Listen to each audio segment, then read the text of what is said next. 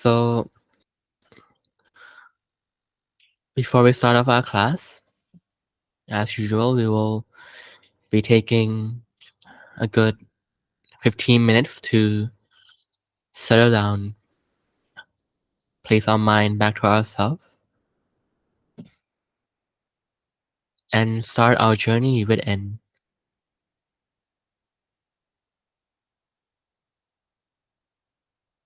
We entangle our attention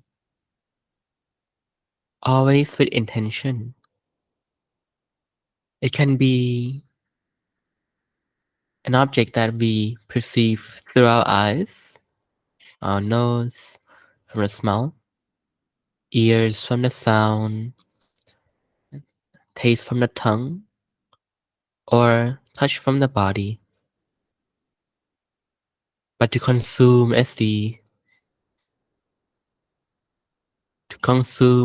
to learn, to know,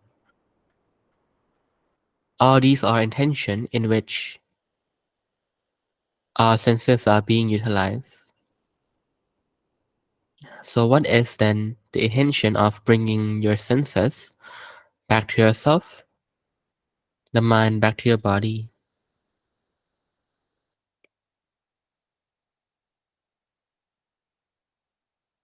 In Buddhism, the Buddha states clearly to order your mind to know clearly of your body, your feeling, your thought, and your emotion.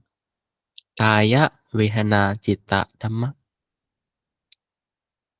For the purpose of getting rid of entirely of desire and aversion of the world.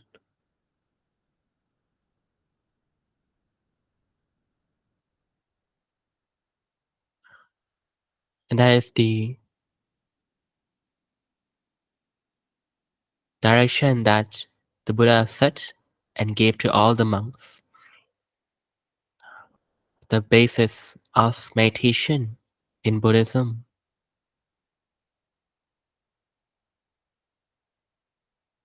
When he stated clearly that the purpose is to entirely eliminate the desire and aversion of the world.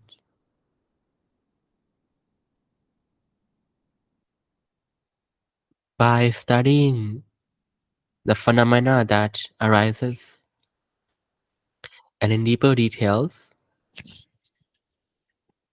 we learn that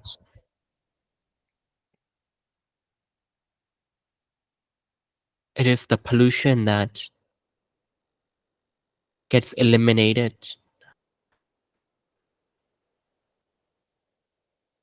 as we place our mind with ourselves at these four different bases: your body, feeling, thought, emotion. Able to release, let go, detach. Able to connect with the one who knows, the one who's capable, resides within to teach you as if you thought of them yourself about the danger, the imperfection of, and the consequences of entanglement, be it through desire or aversion of the world. And the key ingredient in allowing all of that to happen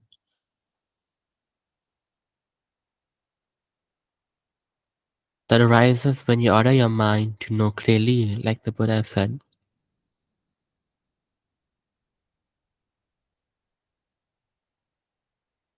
is something called purity that resides in the good energy.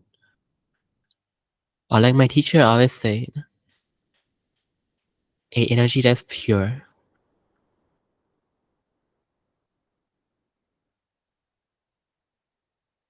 A purity, pure is a state to describe the absence of any foreign substances.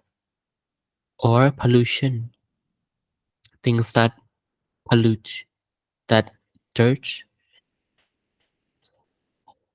dirtify, harm, toxic, causing impurities. But as we reduce the pollution, impurities decreases, and instead of purity arises,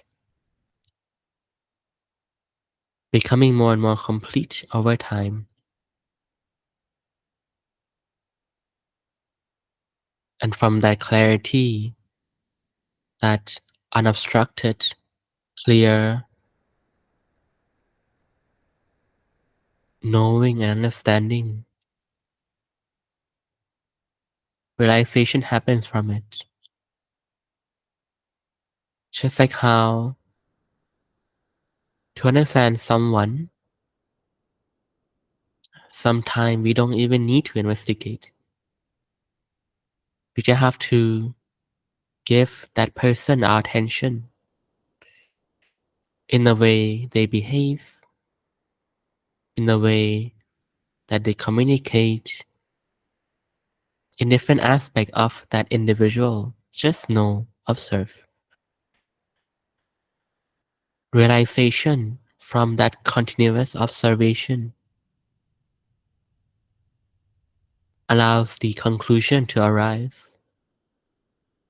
The thought that's not your own, as if you thought of them yourself, arises, teaching you, concluding for you, pointing out and summarizing the thing that you're observing. And that's where you nod along and said, oh, now I see, now I get it.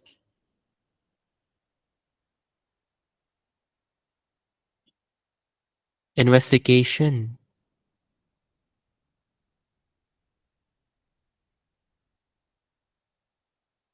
is a form, it's an activity that people know how to do, but often do it incorrectly,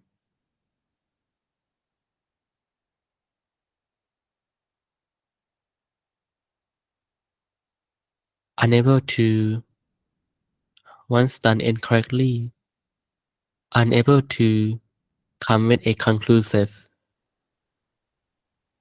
answer. Or even if they have one, it might be that it is a incorrect one.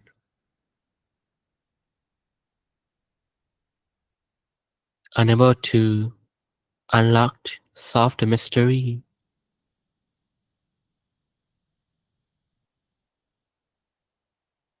of the thing that you're observing.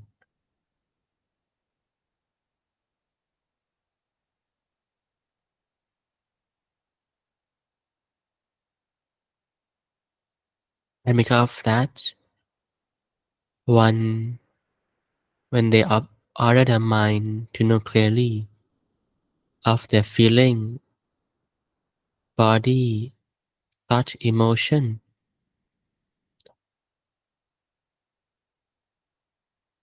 able to be taught by the one who knows inside from a thought that arises by itself, a realization as we know of it, to solely detach, eliminate thoroughly and entirely of the desire and aversion of the world.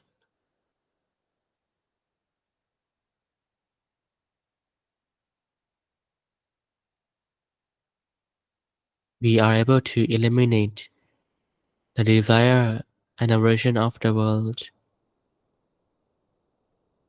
naturally in our life as you observe someone, maybe your friend, your partner, a person you have a crush on, seeing the truth as you look at things the way it is, saying that they are imperfect, saying that they don't reciprocate your feeling, Seeing what is there allows you to naturally, from that mere observation, come to a realization that this might not be a good friend, a partner that I want to be with, or this person might not have me in their mind. And therefore, your liking or disliking towards them fades away naturally. You realize that they trespass against you not because of bad intention, but because of circumstances that you are later able to understand. The hatred, the vengeance, the aversion fades away from that realization.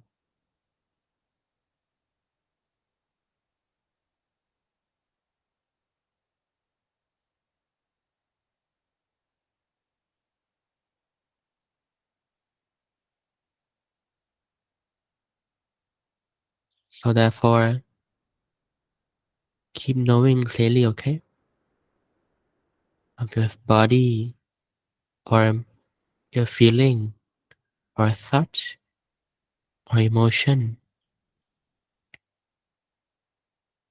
Observe them as they are. Enjoy if it is inviting, suitable. Endure if it is a must. Or just merely observe the strange phenomena as it arises. We just want to know clearly without skipping a beat. That's all.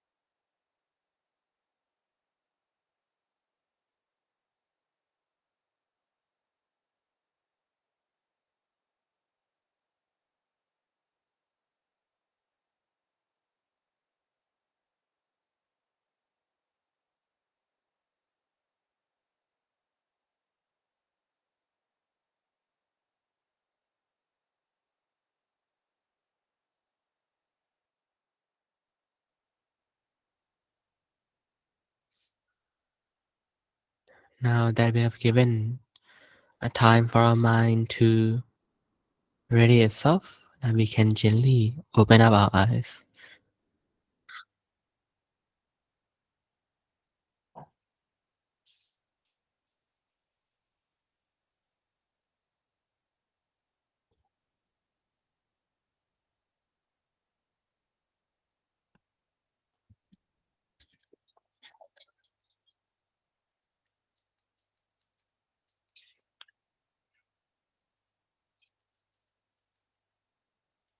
Oh, can you hear me just fine? I've now adjusted my microphone. Okay.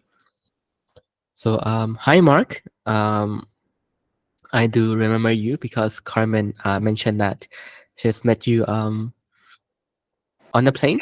Nice to That- get Yeah, acquainted. that's correct. It's nice to meet you all. All right. Um, so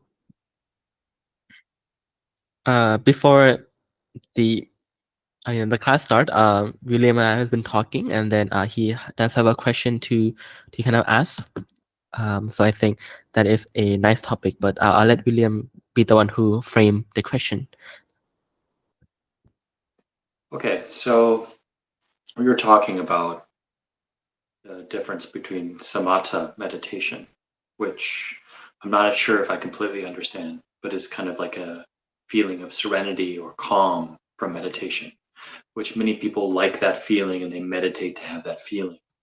But then I was talking about beyond samatha, the concept of vipassana, which is like understanding more than just this calm feeling, but meditation for deeper understanding and also, well, I don't completely understand it, to be honest. But I was just asking if there were some clear logistical ways to reach that state or ways of knowing you are there and what to do in that state to show the distinguishment between samatha and vipassana. So that was my question. It's a very good question, which will allow you to kind of understand, differentiate it a bit more. I want all of us here to imagine us, you all are in like a nice living room, just chillaxing from your day and like just on a nice weekend on on your favorite couch, your home, your place, your nice places.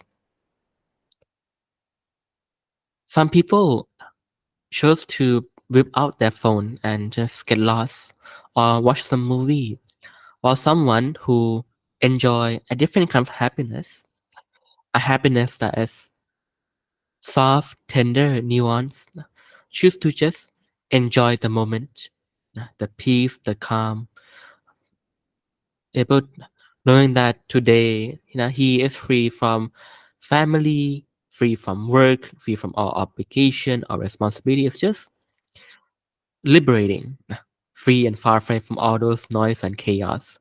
And he just take a moment to enjoy. Now, his mind attention is on that feeling of solitude, of being free, far and away from pollution or from these toxic, nasty stuff. And he enjoys so. Attention fully on that. And that is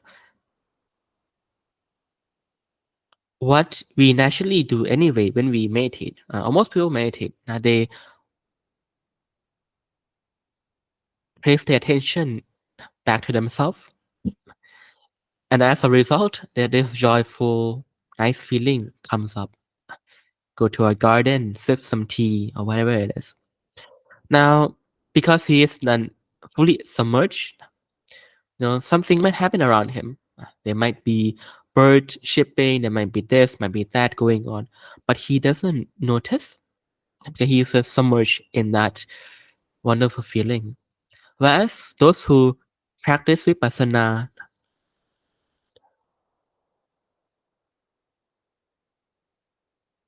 that's I should frame it better. The man then just merely enjoy the feeling, submerged, consuming in it. But if one were to ask him, can you then give me a description of the sensation? How would you categorize it? How would you then like a profiling of that sensation? He would find difficult uh, beyond simple wording that it feels nice and this and that to describe. Whereas those who practice vipassana, then they will then still use the same object as a focus, not the good feeling, but then looking at neutrally and then be keen on the details. Keen on the details. Oh, this is how it feels. Nah? Then keen on details mean getting to know it better, interested in digging deeper without forcing it. William, you and I, let's say we are strangers. I can enjoy your company, just being, here and there, talking it out, but I don't really learn more about you. Or I can sit and just listen, being attentive with the focus, with the intention of learning more about you, going deeper into who you are and this and that, trying to, and visualization as I am in a conversation with you allows me to understand you more and more.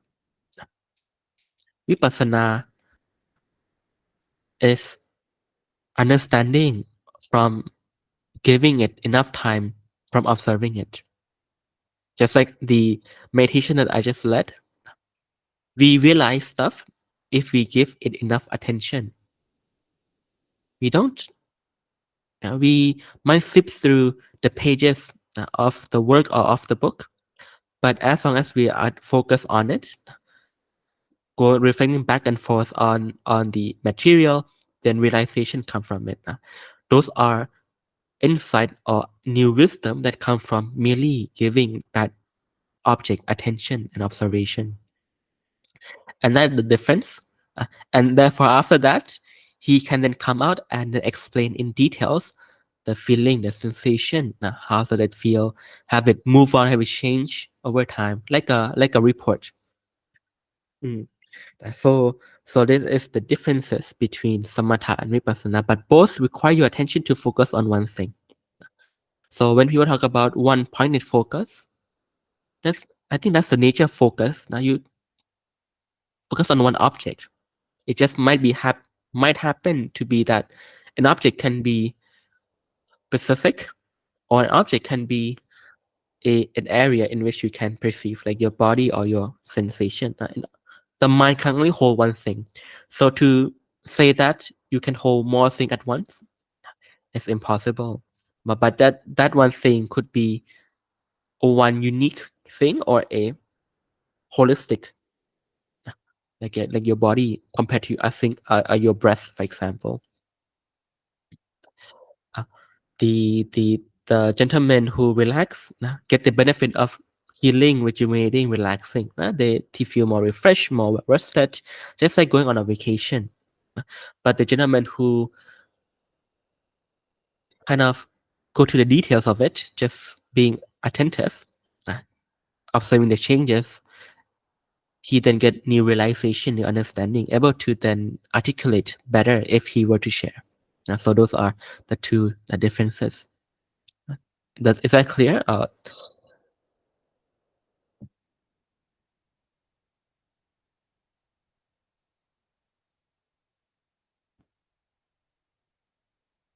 Sometimes it's app glitches for me.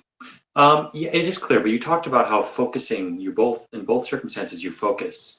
Can you maybe talk a little bit more about the nuance between the two types of focus? Because it seems to be with samatha, maybe I'm just focusing on my breath, but I'm not noticing it. I'm just knowing the breath is there. But with vipassana, I'm also hearing a noise or feeling what's going on with my body while also, because you talk about you can only focus on one thing.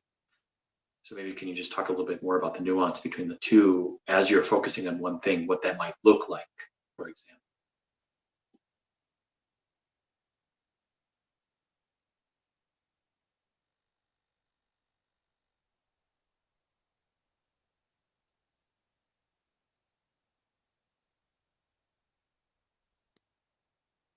No. Clarity is, I think, some people find it difficult to like mm,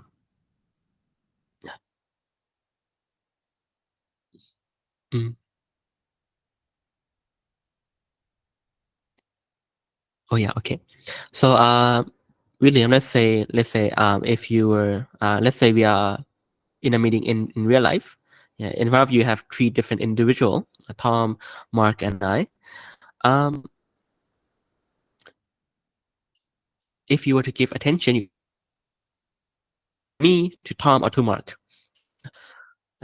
picking one object or one topic.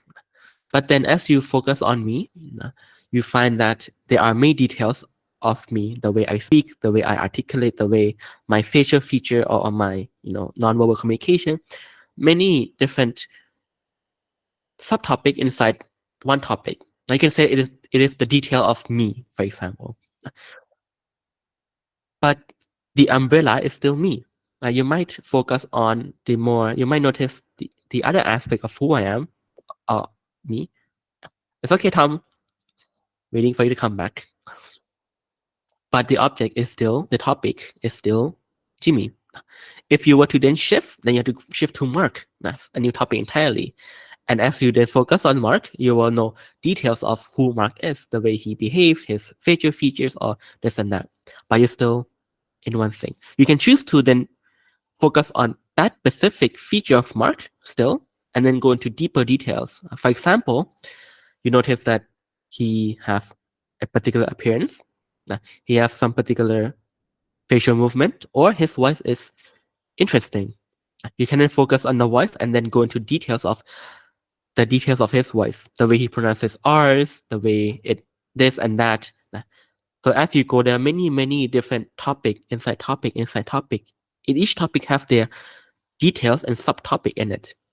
So therefore, when you focus on one, you can say, I focus on my breath. You can focus on the journey of the breath. This is a breath too. Or you can focus on specifically the wind hitting your internal nose, the walls of your nose and out. That's it. Even though it's still one. Depending on which one you like. And you will naturally gravitate to one thing. It will naturally settle down to one thing, and then you know more of that thing, and you settle down the thing within that thing. So we call it inside of the inside, the world in the world, the world in the world, the detail of the detail. So I hope that clears up the. Did I answer your question? Yes, and I have more follow-up questions actually, but I wanted to give Mark an opportunity if you have a question. William, go ahead, please. This is my very first time here. I'm observing, and I'd really rather hear than talk. Thank you. I do appreciate it, though. Sure. Well, I think I understand it, but if you recall, I did ask you one time a few days ago or last week, I can't remember when, about the concept of noticing versus holding. And so if we talk about Vipassana as a concept of noticing or heightened awareness of one object or concept, my wonder is this an active process, or is it a passive process in which I just let that information come to me? Or should I be kind of focusing my attention on that? I guess I'm kind of confused about that. Yes. Yes. The key to making it clear and easy is to draw a timeline, because those aspects, it is a not a weird question. It's a very good question, but then open up a new topic that we haven't touched on yet. It's about refinement. For those who, let's say, for example, if you are a master in violin, and I'm also not too shabby in it, I can play and I can feel, I'm pretty good at the violin, but because you are the master at it, every single note, every single minute detail, if it's off, then you know it's off. I can't hear it, but you can. So what's different here is about the refinement in the craft. Refinement. Now that's a key word here. Able to notice the small of detail. Now about the mind, because beginner are quite new, they are not refined as to the process in which different things happen, and therefore they can take the thing that happened in the beginning and mix it up with the thing that happens later on, because it's so close together that it feels like one holistic thing, even though it's separate. So from with that said, let's then take a observation of how we study something. Now, first, you're gonna have to then pick a subject in which you want to observe. So, for example, in a class, you can choose to look at the board or look at your phone or the book. We have to pick one first. This is why you have to decide. Now, this is the only active part in the whole entire chain, making a decision on which you will place your attention. So just like meditation, you have to pick, okay, my breath, gonna be my body, gonna be this or that. That's why the Buddha said have to order. But to be clear about it too, specifically where it is. So if say I'm clear that I'm gonna be with my nose or my breath, then this is where it is, not your body, but here it is. That's where the clarity comes from. And now you hold that attention. Keep holding it. Because you're here, it naturally holds that focus. And as you hold that focus, over time, give it a few seconds, you get to then perceive more of the happening as you're breathing. You say, hey, wait a minute. Now, it's like tea or eating coffee, eating wine. The first sip, you're not gonna taste it, but if you take the time to savor it, you see, oh, there's this hint of, berries or hint of whatever it is that wine tasters do. But it's not at the first touch, but it's that holding of attention to the taste buds that able to, these flavor comes up of it. The same concept with your mindfulness too. When you take it here and you hold onto it, as you hold knowing, something in Buddhism we call avisha or not knowing disappear. You see, fundamentally we are in a state of either aware or not aware, knowing or not knowing. One arises, one have to disappear. If unknown arise, known disappear. If known arise, unknown disappear. So if you maintain that awareness, knowing, the unknown, the knowing, it's a point state of mind, pull up good energy to then clean out the unknown. As the unknown is cleaned out, new information are then revealed to you. And then you said, oh, I noticed this. Oh, I noticed that. Oh, I noticed more and more. Looking back at it, 5 minutes into the session compared to the very first moment you bring your attention to your breath, entirely different sensation. As 5 minutes later on, you're so deep in it that you can feel all these nuances compared to just in the beginning. Now the question is, do you do the active investigation? Not really. Just hold your attention there, and information are then revealed to you. But the active part is just to pick where you want to observe, and that's it. And so if we then be thorough in our experiences, we see that it happens in sequence of event. But that's where vipassana comes in. You able to see, oh, so this is the 1 and 2 and 3 and 4. To last comment on that is this path my teachers told me, without a teacher, there's no way. Just like in school, you're gonna have to have, your teacher, your coach, your TAs to then tell you what you see, explain to you what you cannot explain, to point out to you the thing that you missed and say, hey, that's important, and explain to you. And when it is revealed to you, then you can't unsee it, you can't unknow it. Next time you come about it, you say, hey, I noticed, and know what that is.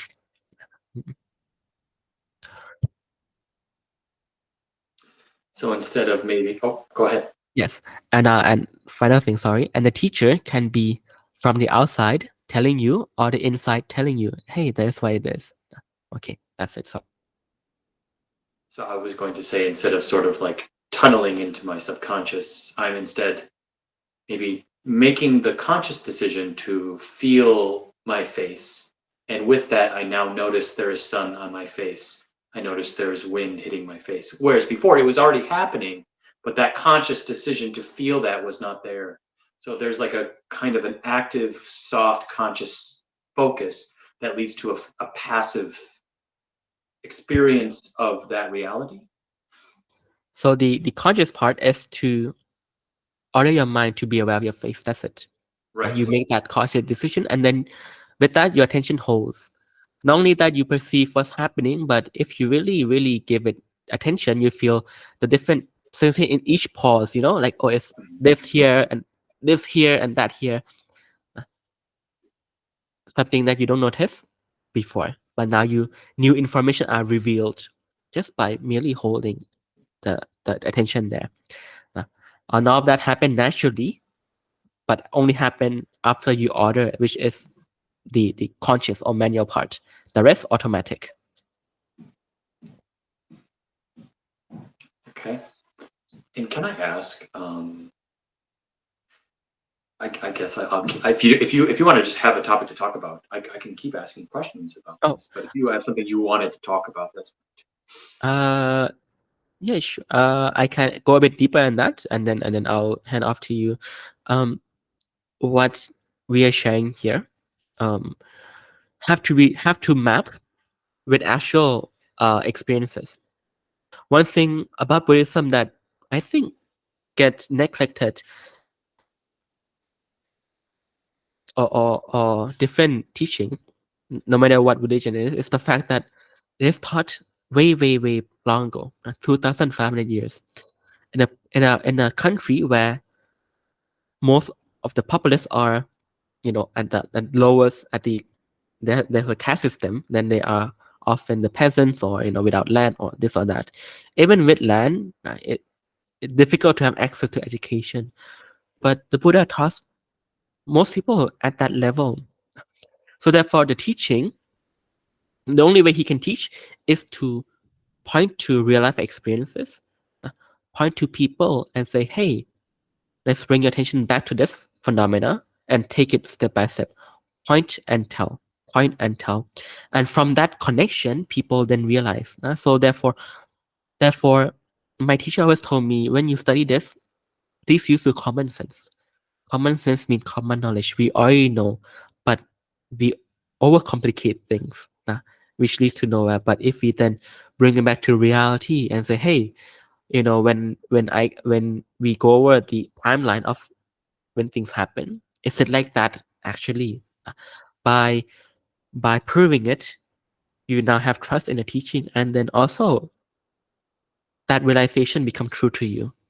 Or else then it will be something that doesn't stick, and unable to then build upon later on.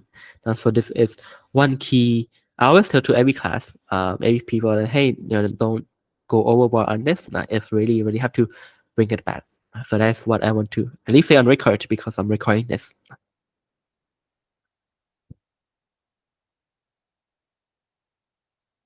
Yes, go ahead, William. well. Maybe could you talk a little bit about how this practice helps? I was going to ask about where this goes, but maybe it would be better if you led that discussion of practicing this. Where does it lead, or what? I mean, it leads to more awareness and mindfulness, but is there more? I'm not sure where it goes exactly as you practice. You can talk about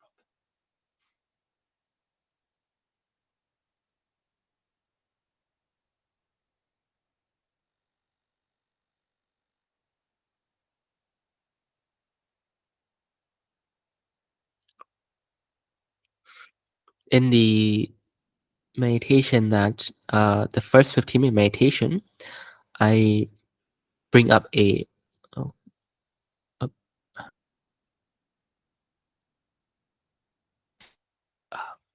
people say that the Four Noble Truths and the Eightfold Path is, the core of Buddhism,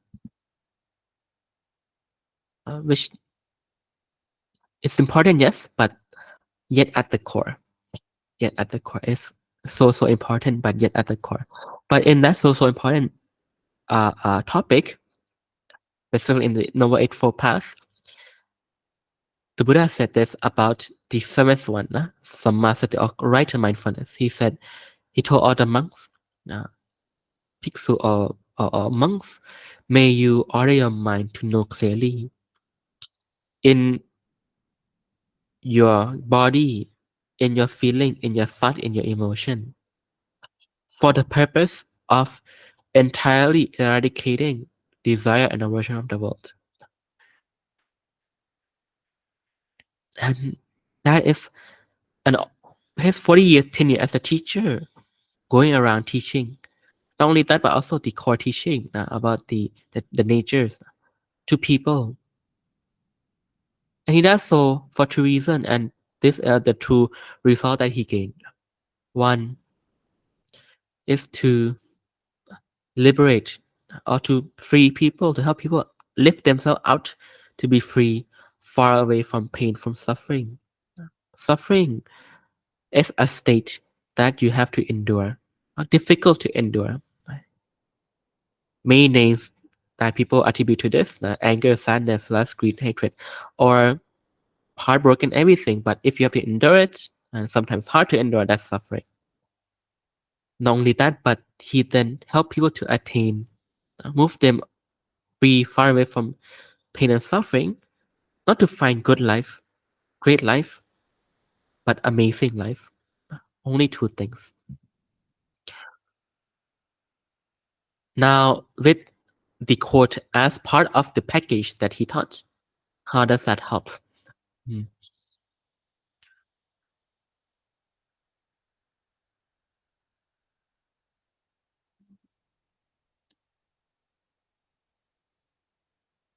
Teacher, Tathagata, is the term that the Buddha referred to himself. Tathagata means teacher, or even in Thai, we call the Buddha the teacher, basically. We bow down to the teacher. Not God, not deity, but respect to those who give us vital information to help ourselves. And therefore, respect in bowing. Now, great teacher here taught about the thing that people yet know and understand. The thing that we are born with, but without any manual. Now you see around you all the things around you. If you search hard enough on the internet, you'll find a manual for it, even for this microphone. But for body and mind, there's nothing. No framework. How does the mechanism behind it? How does it work structurally? There's all these details that you would have as if you're like on an iPhone. The schematics and the mechanics, the principle. The mind and body, you don't have it. But the Buddha then discover and teaches us of it. One way he then teach about the mind, something that you can't yet see, is to teach about the body first, using common sense or common knowledge. Think of yourself back then, 2,500 years ago.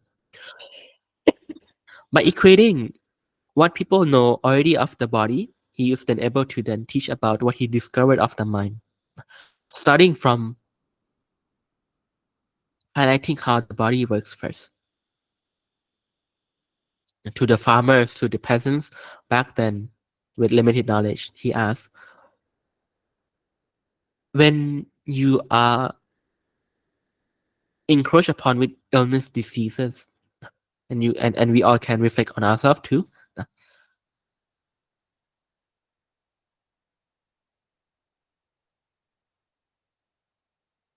He asked, what do you do when those times come to liberate yourself from those illness, diseases? And people back then, even yourself, if your kids, your niece, nephew ask you, or think back when you're young, what do you do? Your mom would say three things to do. Plenty of rest, plenty of water, and just eat plenty of good food. Now, fresh air, plenty of good rest, clean water, lots of it, and good food. And just by those three directions, you are able to then, maybe after 3 or 4 days, be healthy again. It's a interesting phenomenon that happens that highlights one thing that we have the privilege of understanding easy is about a system of the body that exists and works automatically. that able to then bring upon value and benefit to help yourself be free from suffering, or on the contrary, bring yourself to suffering too. As we input good food, good water, good breath, fresh air, this automatic system of our body works in use those input as the energy to run that system, producing those healthy output.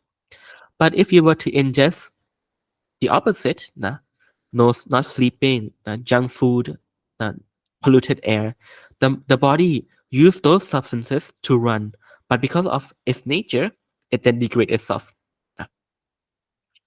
Bad energy run the bad system that gives bad result. With that simple explanation, he said the mind is very, very similar or the same. We don't even need to know the disease that we're with. We don't even need to know how it works. We know that there's a system that we can use to heal us.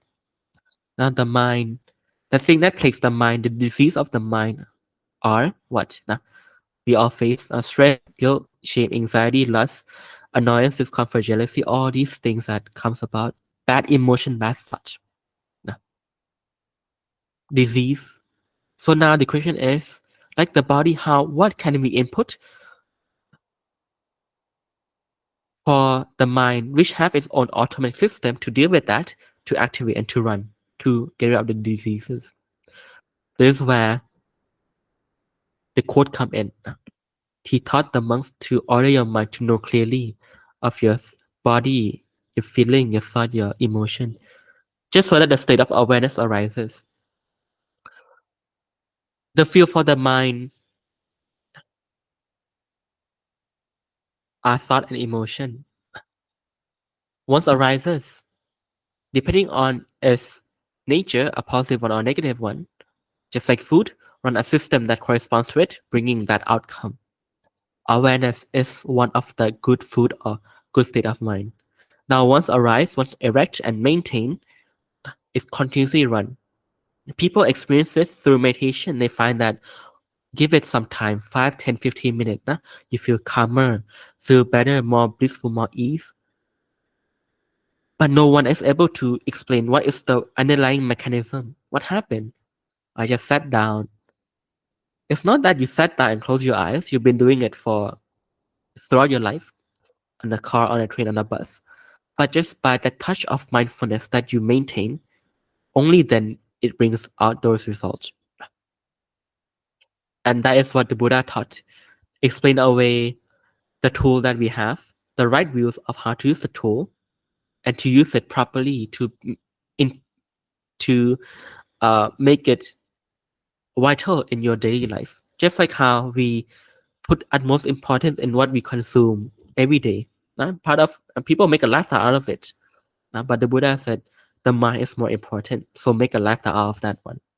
And this is just the basic of it, basic of that one. And just by that one, people are able to free themselves from suffering, find not a good life, not a great life, but amazing life. Meaning that there's something more than that, a system that brings you from unhealthy to health, from health to healthier and beyond. But most people who venture into mindfulness and meditation are able to just taste the beginning of it. But only the beginning alone already help people to deal with stress, deal with anger, deal with the things in their life. But imagine if you go deeper than that, uh, how more amazing it could be. So this is what the Buddha teaches, and as you are asking, the benefit now of what it is. Did I answer your question? Yes, thank you.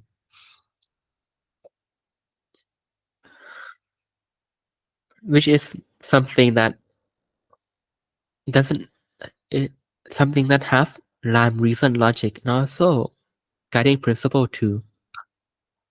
We are lucky that we are born or are alive in this day and age, where not only that we are blessed with advancement in research and understanding of world and life around us, but humans are also have the freedom to educate themselves to understand what humanity have discovered. And this is where there's a scholar, a Buddhist scholar in a university in Thailand. In Thailand, we have a Buddhist university too. He's a monk, a scholar. He argued that he proposes that, Buddhists say that we are talking about the truth, same do as science.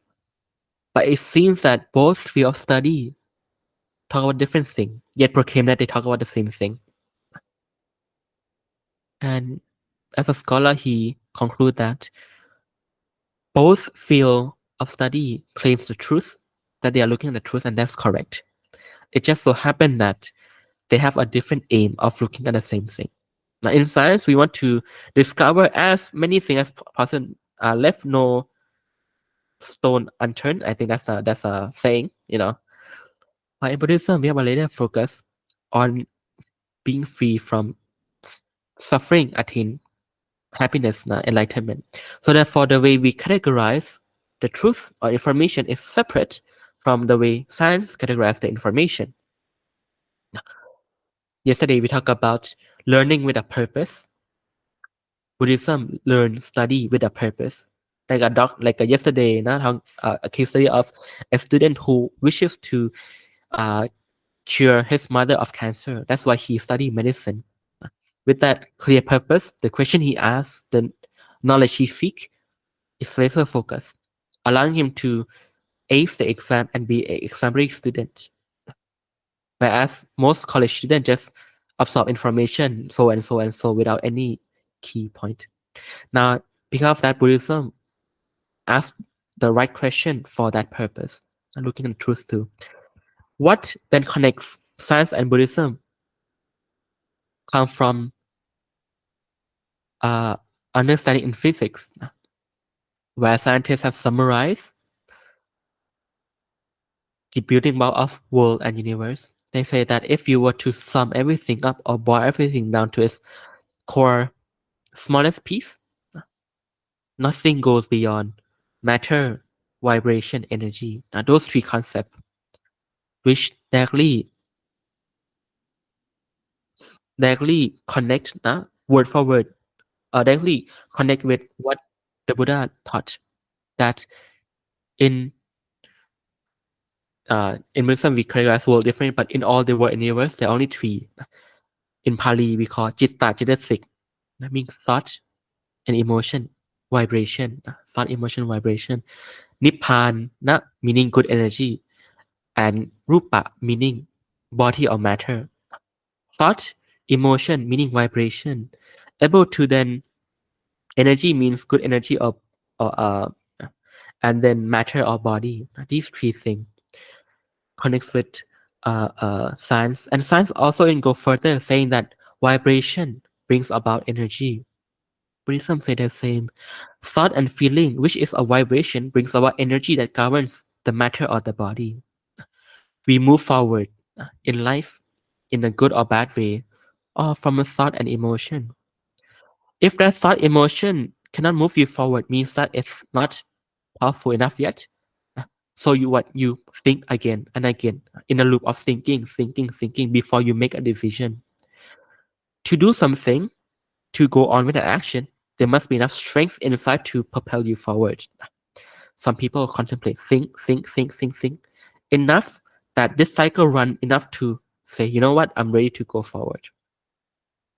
Or anger build up, emotion builds up, but not enough to push you towards slapping someone in the face until it then build up the emotion together with the thought to rile you up, build until you say, I'm ready to erupt. Then you move forward. You see, thought, emotion bring about energy, just like what science said. Run matter or body more forward. So this is so therefore now you understand why how my teacher taught, how we are framing Buddhism with the lot with the concept that we all know already, that we learn from school, this and that, so that you can understand what you can't see yet. To observe a phenomena, to observe something, your naked eye might not be enough. You require specific instrument to study bacteria. An instrument to study bacteria is a microscope. An instrument to study the stars and the sky, a telescope. The equipment to study the mind, in Buddhism we call them Dhammacakkhu. Dhammacakkhu is a name.